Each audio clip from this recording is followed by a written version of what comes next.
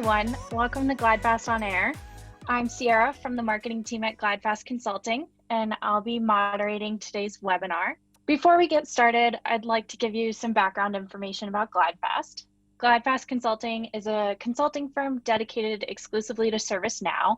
As an Elite ServiceNow Partner, our expert team of developers and architects have worked on both sides of the table, the customer side and the consulting side.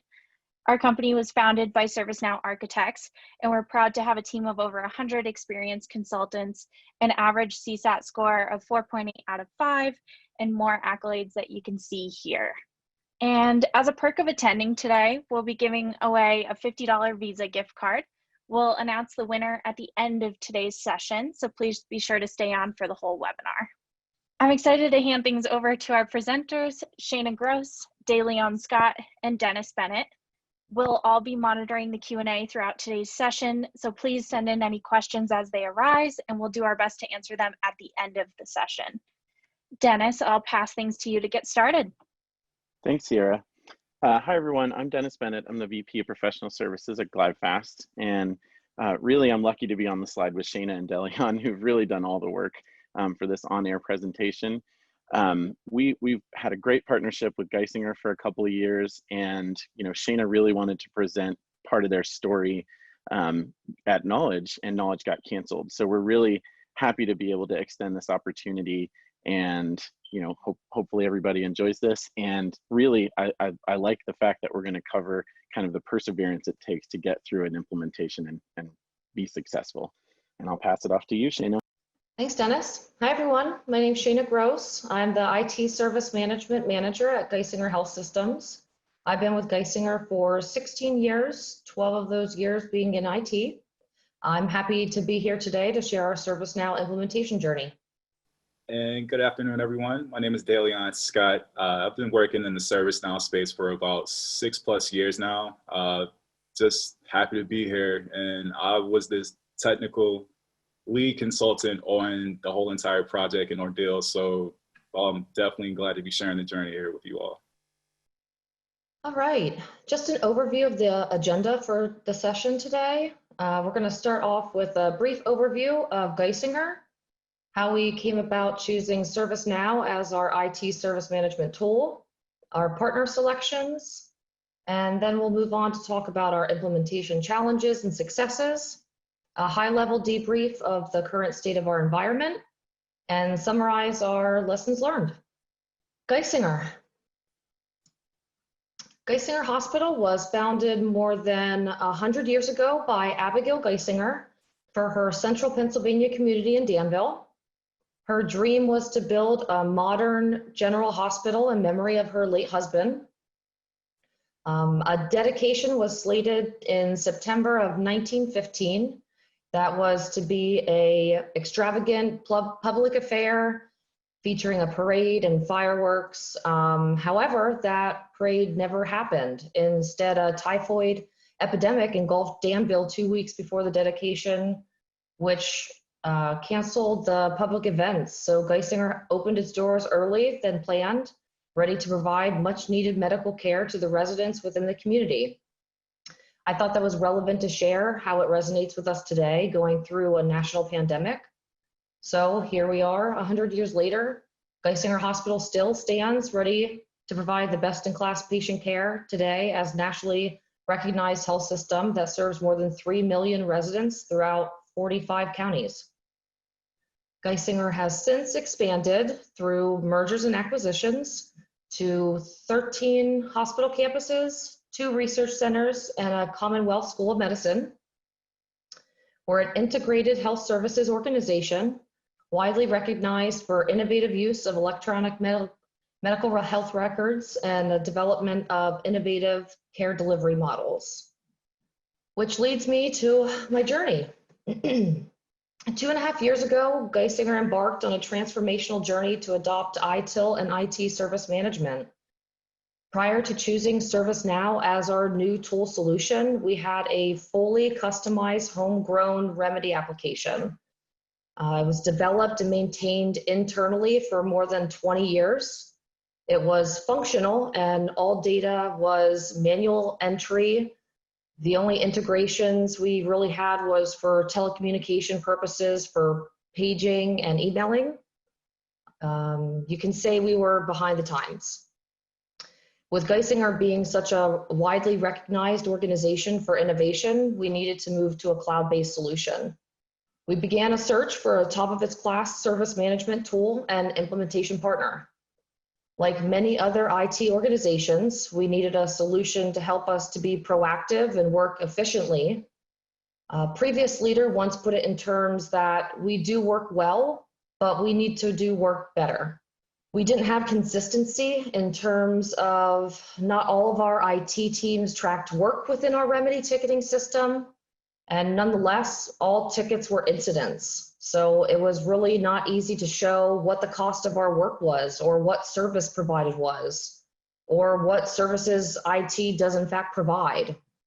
So leadership set an initiative approximately 3.5 years ago to adopt the ITIL mindset, and had over 800 IT employees take the ITIL version 3 foundations course and certification.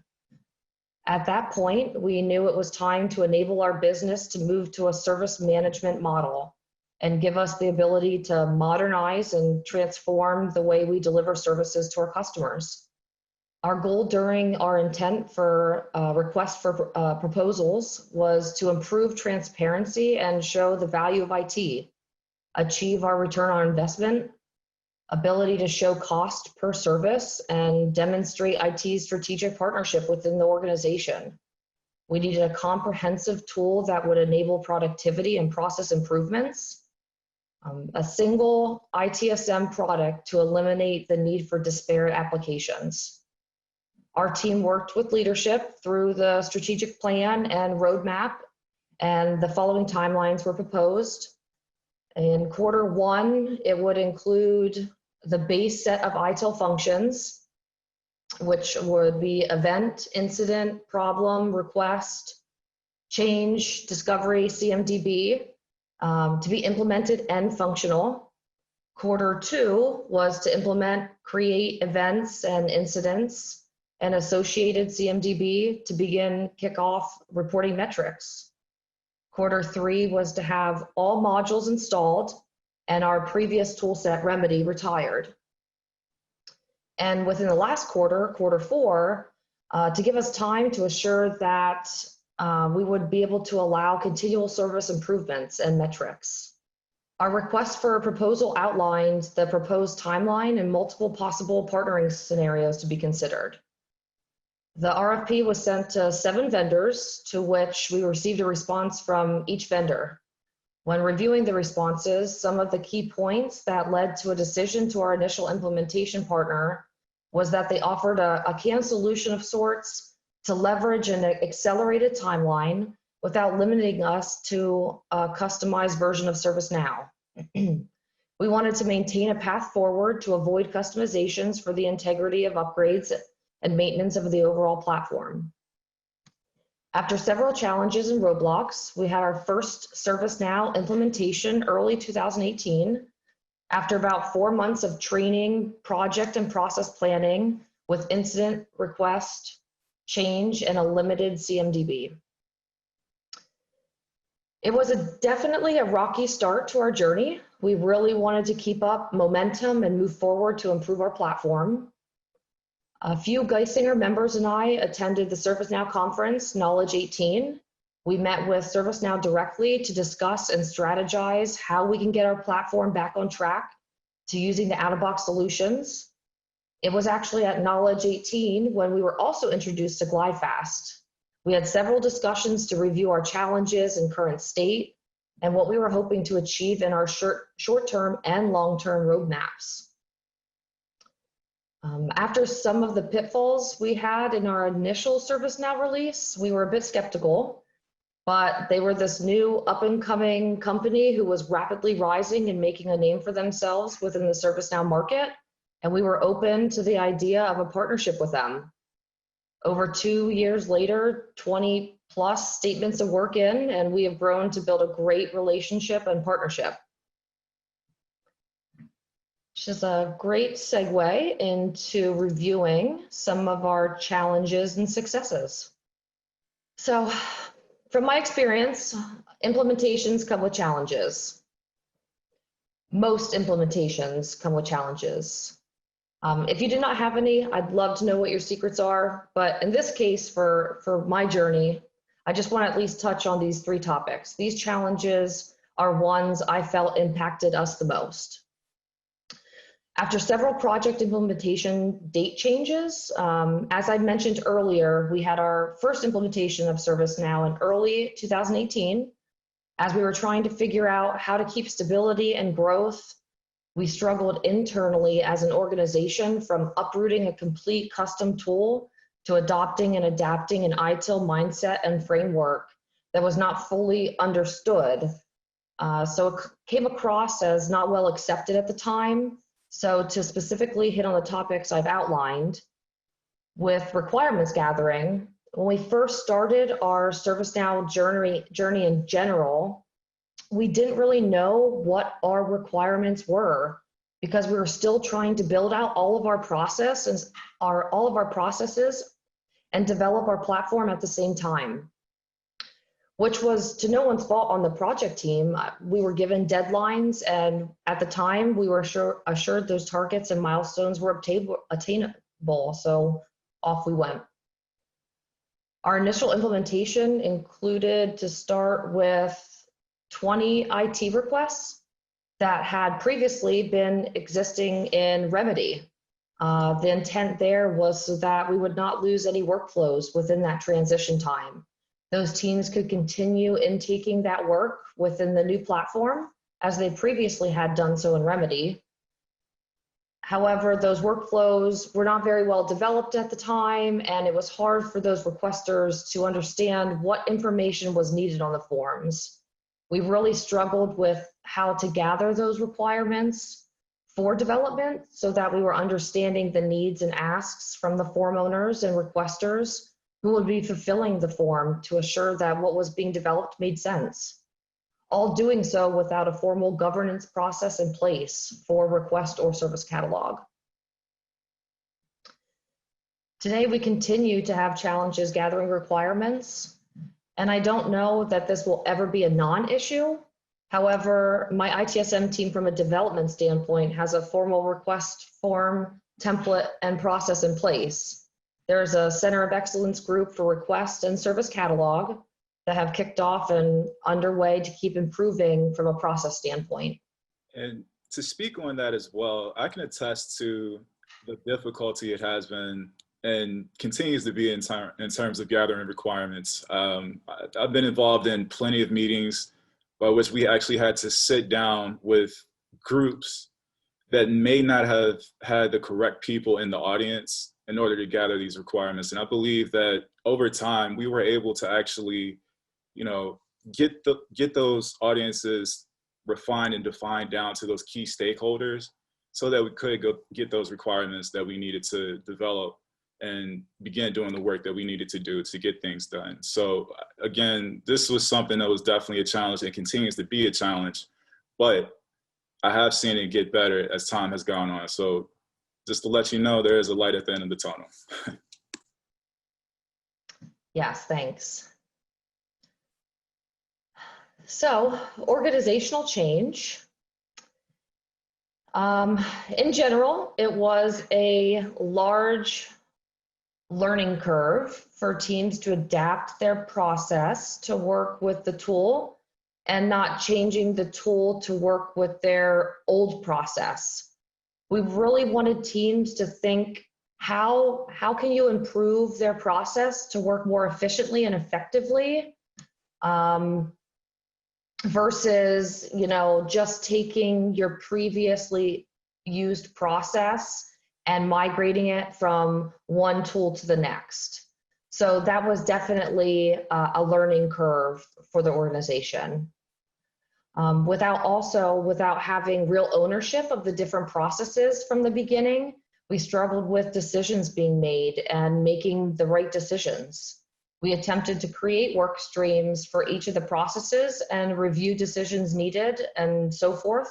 But it was difficult as an organization to go from not really having that structure or process in place at the get-go to putting those together and building those workflows out within such short timelines, which led to frustration among teams at times. Also, not migrating any legacy data into ServiceNow. All of our remedy data was all manually entered data, locations, users, groups, etc. Nothing was normalized or standardized. To no fault of the developers or the supporting team, there was just no governance or process in place to say what should or should not have been added to the platform. So kicking off ServiceNow with the mindset of having structure and trying to really define that structure and processes while developing and launching a new platform was a significant challenge. Another large issue was going from an automated on-call process in Remedy to a manual process using a warm handoff, a phone call from our service desk agents during non-business hours, using the on-call schedule via a SharePoint site when we first implemented ServiceNow. We are still using the process today, though through a re-implementation of Incident, we're now using the on-call schedules within ServiceNow with that current process. And knowledge. From Geisinger, coming from a fully custom tool that was fully developed and maintained internally, to now transitioning to a new platform with limited experience of this, new powerful tool. ServiceNow just has so many capabilities, so it really takes time and more hands-on experience of learning from the start. So internally, trying to push that knowledge was a whole new experience for us. We sent our staff to ServiceNow training, but with our platform being, on a canned solution and not using the out-of-box tables, those training sessions weren't a one-on-one learning. So that was definitely a struggle. Definitely. Yeah, I can definitely attest to that as well. With them, the internal team being introduced to a solution that necessarily wasn't out of box to begin with, it definitely made it difficult to not only show them the correct way, but to develop and customize things the correct way as well. Them being introduced to things that may not have been best practice, the best way of doing things, it made it very, very difficult in the beginning to not only sift through those functionality and customizations that were in place, but to also put the correct ones in place behind that. And then from there, it was a tough battle just all the way around. But again, with time, with resilience, with persistence, with consistency, we were able to get the job done. So again, keep going. Which leads us to moving on up to better things. So I wanted to highlight some of our key implementation successes. Starting off with communication and collaboration. I can say even from the beginning of the project, I think our leaders and core project team members have had great communication. Utilizing work streams to build collaboration was a struggle and a pain point at the beginning of the project from the perspective of being able to gather requirements needed, but being able to gather those stakeholders, moving to start the build of those processes, which needed to happen, was on point. Fast forward to today, and I think collaboration is definitely one of the team's strengths.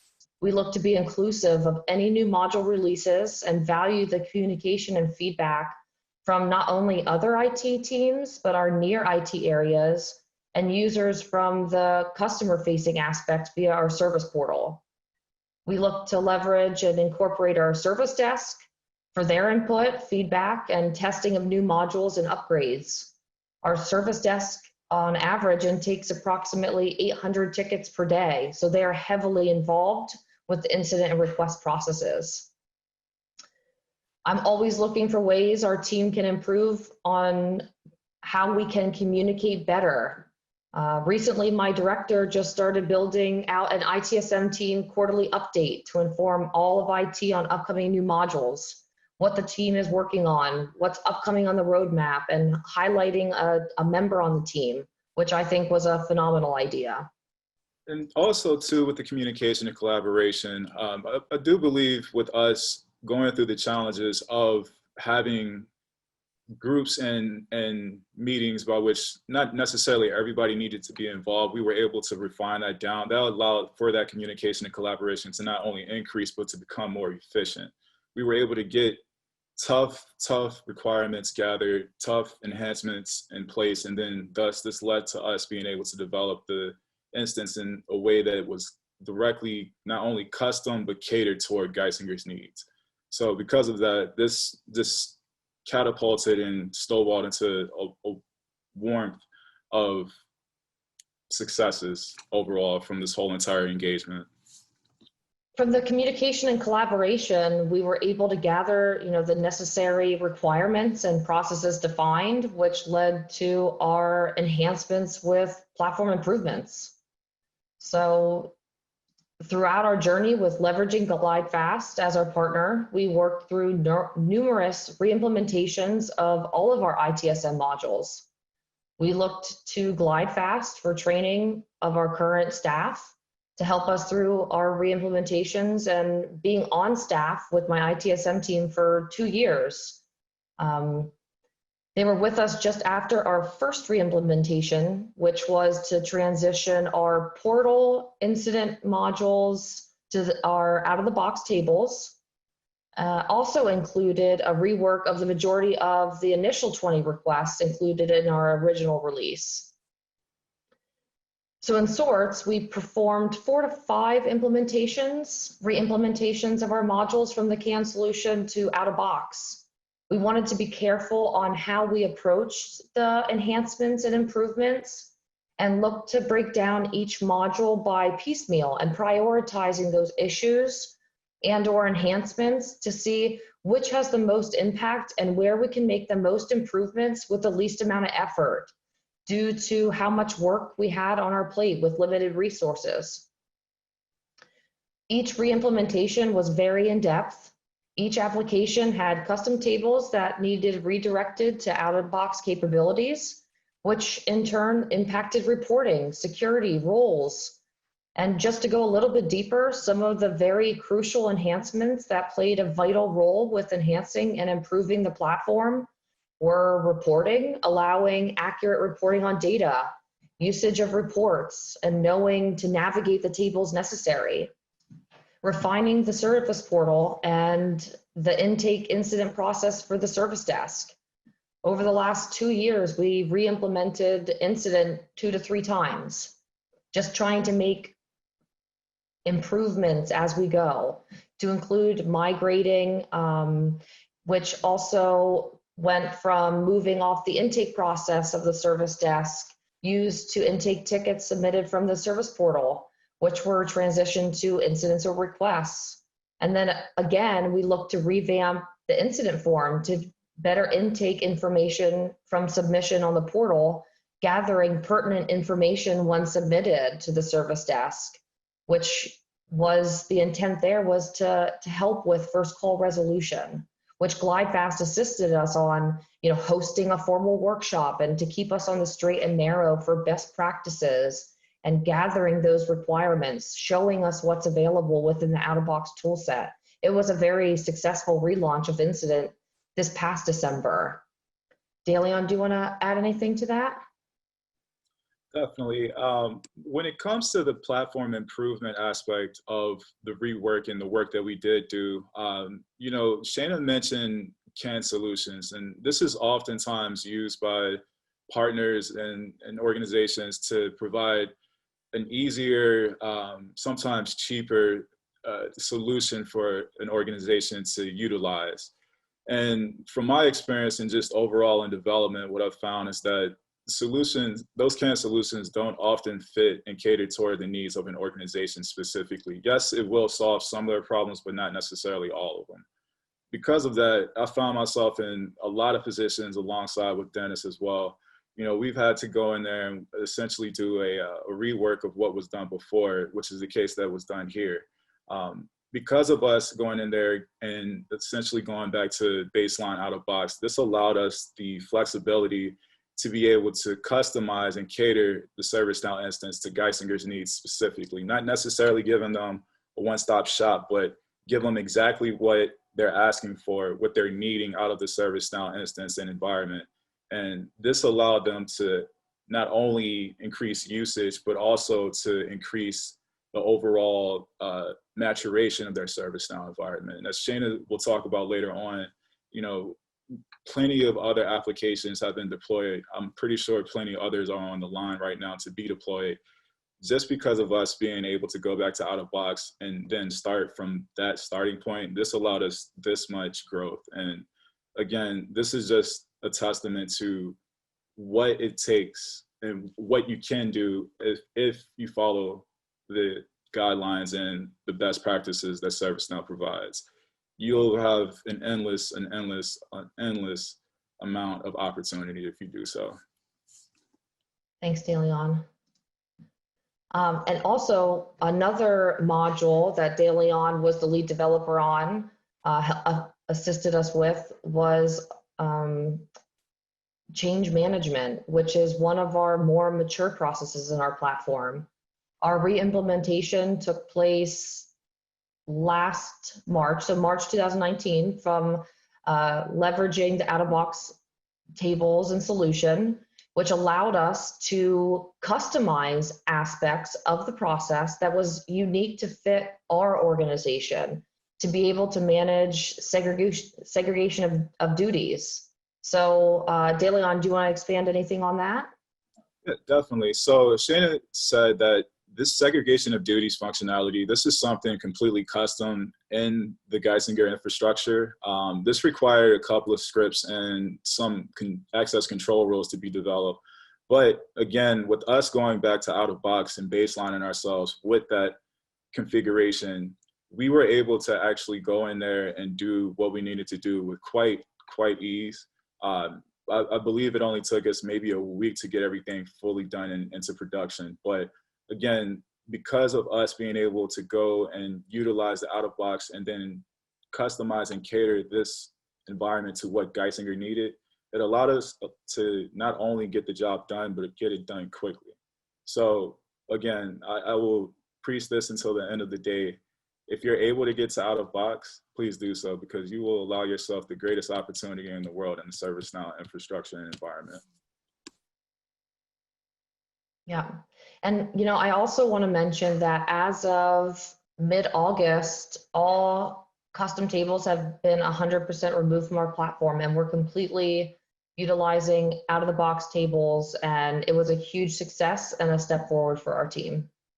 And you know, some of these items were just highlighting a few improvements over the last year. We've made so many, and I'm, you know, very proud of the place that we are right now. I'm only limited on how long I'm allowed to speak on the topic. So, but all of our platform improvements have led to increased user adoption. Our ITSM team is working closely with the respective Center of Excellence committees to ensure cohesion and consistency across our platform, showing the ability to automate workflows and using approvals, being able to run reports and build dashboards to view that data is really enabling user adoption. We've also have teams that were using a single assignment group that are now using it to manage solution delivery to all their vertical groups due to the increased usage across the platform. Leveraging and putting the feedback and knowledge from various IT and near IT departments for enhancements into the platform has shown to be invaluable. We really want to engage the day-to-day users to make sure that they know and feel that, you know, they're part of building the platform for IT together, while maintaining best practices and the ITIL framework so that it's manageable and easy for maintenance on upgrades. Also, with more catalog requests and enhancements, we've been increasing within the platform the more demand we have to get access for development in other areas throughout the organization. We have numerous non-IT areas that are requesting development or information on modules that may or may not be on our roadmap. We no longer have GlideFast developers on staff full-time, but we continue to leverage our partnership for projects and development that we have a high demand for deadlines that my team necessarily cannot do at this time due to overabundance of work that we have ongoing.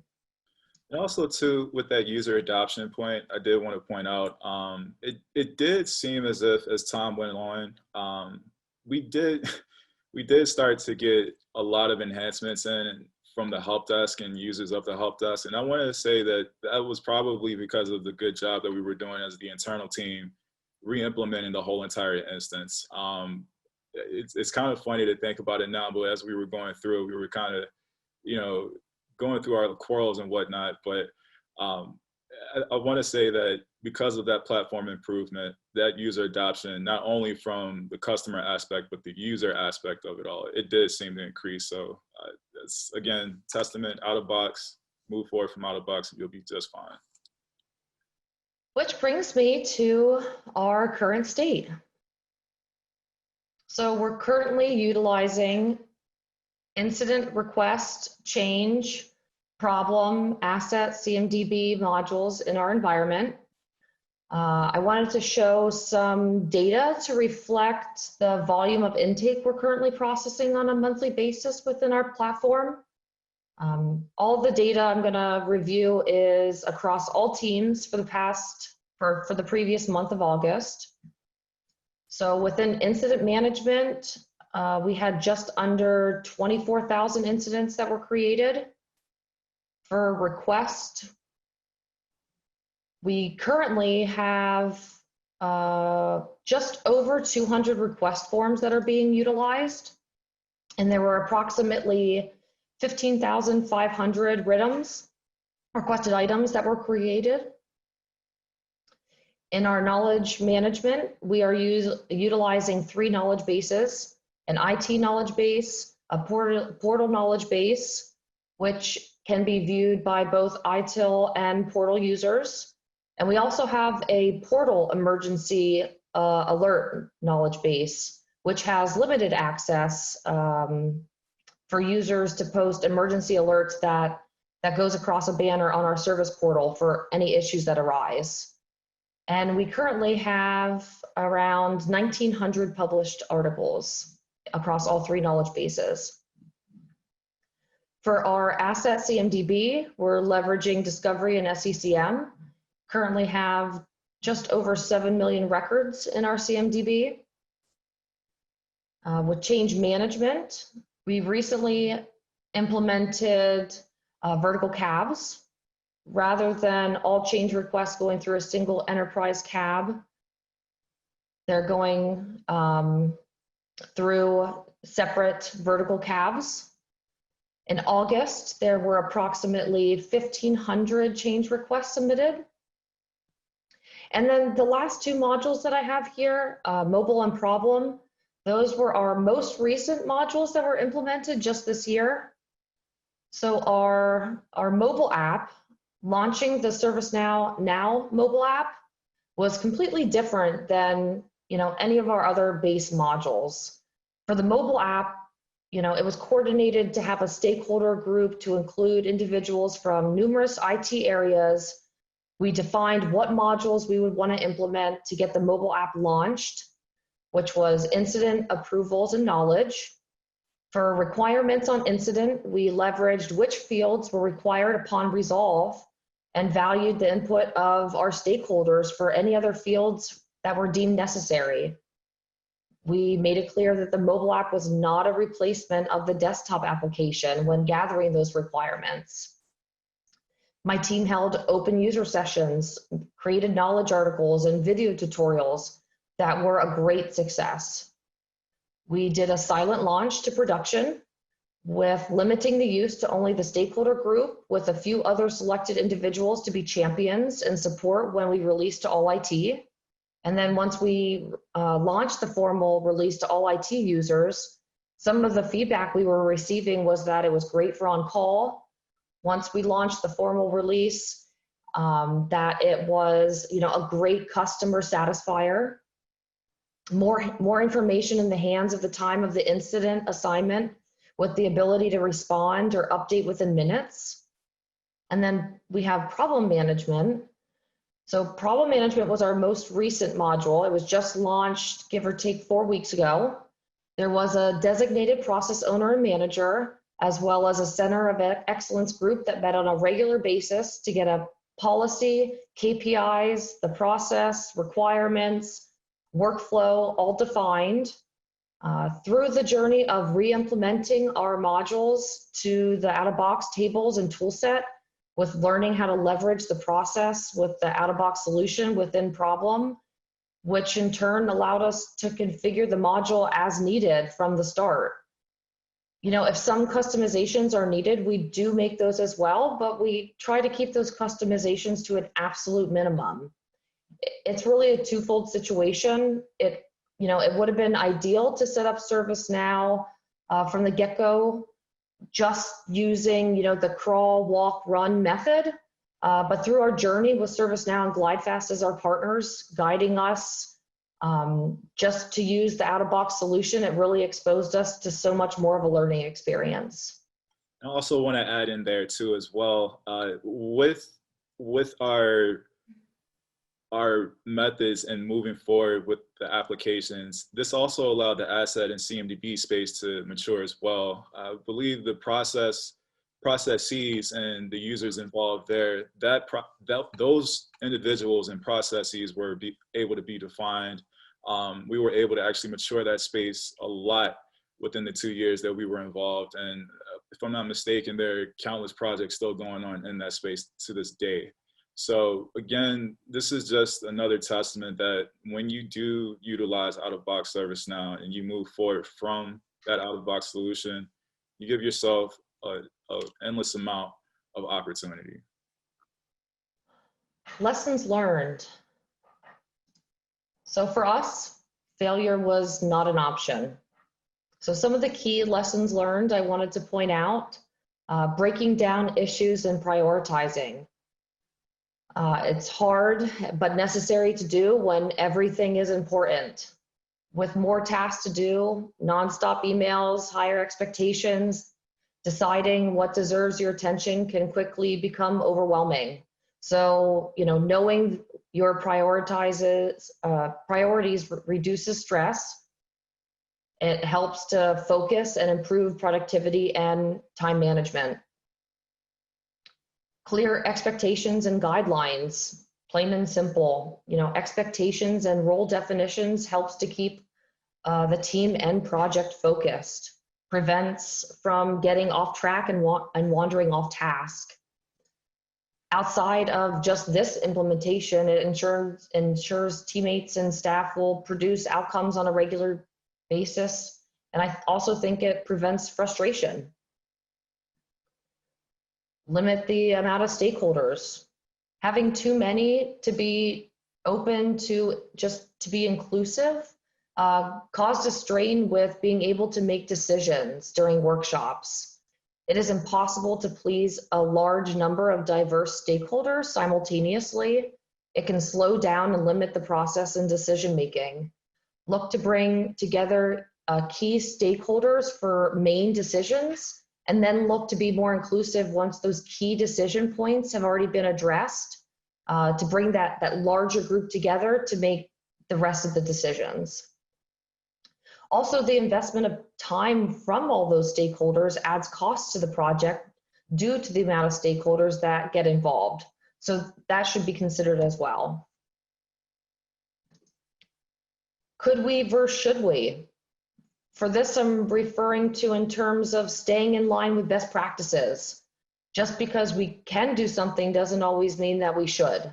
Something fantastic about ServiceNow is having knowledge about the tool and platform at anyone's fingertips online. But that goes with saying that it's also a pitfall, at least for us in some cases. We get requests for enabling modules that may require subscriptions that we don't own. Or, I found a solution on the ServiceNow community that I know it can be done. But from my perspective, for overseeing the platform and leading on my team for their knowledge of the tool, Does it follow best practices that we should do it? Not all customers or users are ITIL best practice focused. And GlideFast has really helped guide us with understanding and learning a lot of those best practices within the development along the way. Realistic timelines. Unrealistic timelines can compromise the quality of the end product and lower customer satisfaction, which we encountered during the first year of our ServiceNow journey. There are a lot of things that can go wrong with even the simplest tasks. Perseverance. First of all, make sure to try to understand why the project started in the first place. It's important to finish it because it's easy to lose sight among the struggles and conflicts that arise during any project or just during a day-to-day task. Perseverance gives us strength to resolve and push past any and all difficulties to be able to focus on what really matters. For perseverance, for me, it reminds us why our work is important and gives us a reason to keep moving forward. And resilience. So in resilience, having the ability and tendency to bounce back from disappointment or the feeling of defeat. I have found that this is a wonderful personality trait to have, to get back up and continue even when you feel defeated, especially speaking from a leadership perspective. From my experience, greater resilience leads to improved learning. And also to that point, I know I can speak personally from the internal aspect of it all. There was an individual on our team that was experiencing some difficulties with the work that was going on and just the stresses with the overall job itself. Because of this individual's resilience and their perseverance, they were able to not only come up from that dark place, if you will, but succeed in doing everything that they needed to do in order to have a successful implementation for the work that they were assigned. I can't speak enough when this individual, they gave their all, continue to give their all, I know, on a day-to-day basis to not only learn the tool, but to be a master of the tool. And with people like that on your team, you're bound to succeed. So for anybody out there that may feel as if, it's never going to get brighter, it's never going to get better, keep going, keep going. The answers are out there. You just got to look a little bit harder. But I'm telling you, do not give up. And when it's all said and done, you'll be happy that you didn't give up, because you'll have this bright and shining implementation that you can be proud of. So again, keep going. Yep, thanks for adding that, definitely. So in closing, I have been a part of this project since close to the very beginning. And at times I felt like we were going to be the underdog per se. Not in a sense that anything was a competition, but that the project from the start was going to be doomed for failure. I read a quote recently that I really appreciate and thought it would be worth sharing. The fact of being an underdog changes people in ways that we often fail to appreciate. It opens doors and creates opportunities and educates and enlightens and permits things that might otherwise have seemed unthinkable. And for me, this has happened. Although this project has been quite the journey, it has opened my eyes and offered me a lot of opportunities, both personally and professionally. I hope sharing my experience was helpful and informative for you all. Awesome. Thank you, Shayna and DeLeon. We do have a few questions, so we can dive into those. The first one is, and you may have addressed this, but we just want to bring it back up. What version of ServiceNow is this currently running on? We're on the New York release. And what applications or modules does Geisinger foresee implementing within the next 6 to 12 months? It's a great question. We're actually working on a strategy to move towards the common service data model to begin mapping out our services and technologies. We're also looking to stand up a few integrations such as Twilio to enable that automated on-call process. an integration with VMware for our platform services team to help alleviate resource constraints and move towards more automated processes. Another few modules we'd like to look at that are on our roadmap are the agent workspace for our service desk and the virtual agent. Awesome. And how long was the duration of the implementation of all of the modules so far? So we have been on ServiceNow for about 2.5 years. So our first implementation took 4 months. However, after 8 months, we looked to re-implement all but one of the modules that we had in place. So we did look to kind of re-implement everything. So I think that took probably, I would say, about 1.5 years after our first implementation. I agree. Yep. Perfect. Now we do have one more question. Do you have a life cycle process in place for knowledge? Yes, we do.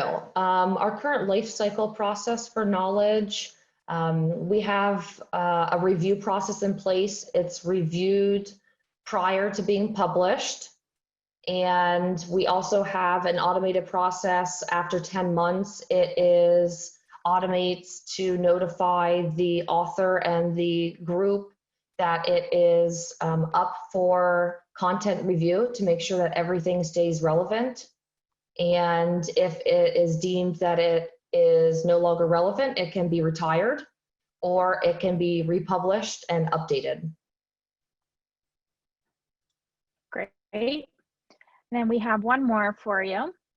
Did you use any bots during the implementation from automation of regular and routine activities perspective? Not that I'm aware of, no. Yeah, no. All right, looks like we are good. If you want to move on to the next slide, we can announce the winner of our $50 Visa gift card. And the winner is Devin Valencia. Congratulations. We have your email, so we'll send the prize over to you directly. Thank you to everyone who attended today. We hope you enjoyed the webinar. If you have more questions, you can feel free to tweet them to us at GlideFast, or you can reach out to info@glidefast.com directly. If you want to see more on-air sessions, you can visit our website. And thanks again, and enjoy the rest of your day.